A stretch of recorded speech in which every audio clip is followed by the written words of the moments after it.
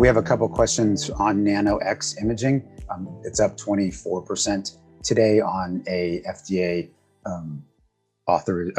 clearance for 501(k) clearance for their X-ray machine. Jason asked, what's the difference when the FDA uses clearance versus approval? Do they mean the same thing? Yeah, usually, Jason, when you see FDA clearance, it's typically referring to medical devices. The FDA does have a different process for, I'm going to say authorizing, for lack of a better word. They have a different process for granting market authorization for medical devices than they do for drugs. And so when you hear about a drug, it's going to typically say the drug is approved, unless it's in the case of, say, the COVID-19 vaccines, where the FDA has a special process for emergency use authorization set up. And by the way, that doesn't just apply for COVID-19.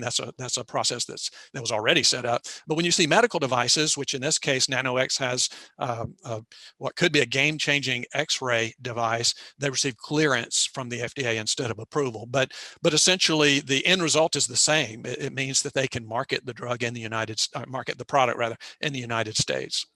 And I believe that the difference is whether it's a new technology or not. So X-rays is an old technology, so it's cleared based on the knowledge that we already know about how X-rays work, and so then you're using that base to get the thing, and that makes it easier. Where there is a harder approval for medical devices that are just sort of brand new, that have never been used before. Yeah, there are some medical devices that do require a more stringent FDA process.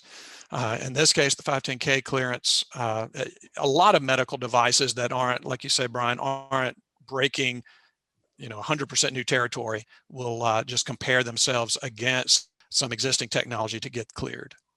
Yeah, so and the moral of the story here is you shouldn't be worried about it being a clearance. That's the standard way that any X-ray machine would do, and doctors aren't going to be worried about it being cleared versus approved. Right.